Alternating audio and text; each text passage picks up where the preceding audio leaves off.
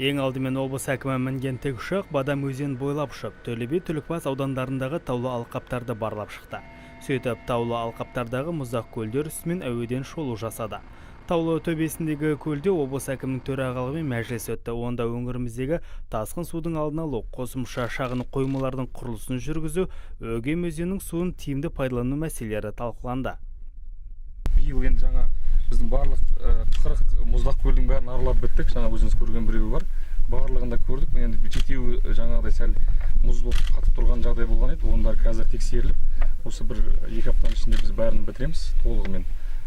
Қазіргі таңда ешқандай қауіп жоқ. Барлығына тексеріліп, барлығына жаңағыдай зерттеу жұмыстары жүргізілді.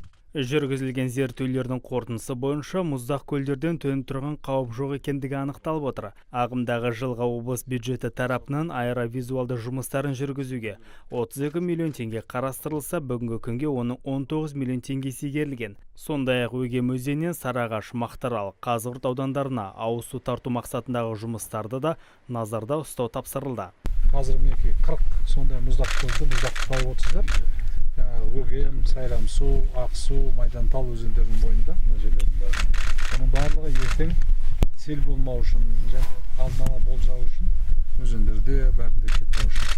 Бұл өте біз үшін маңызды. Сондықтан сол жұмыстарды ары қарай жалғастырып, олардың көлемін, мұздақтардың қай жерде қауіп төндіреді, соның бәрін жақсылап дер кезінде айтып отырғандарыңыз дұрыс. Сондықтан бүгінгі біздің сапарымыз соларды айқындау.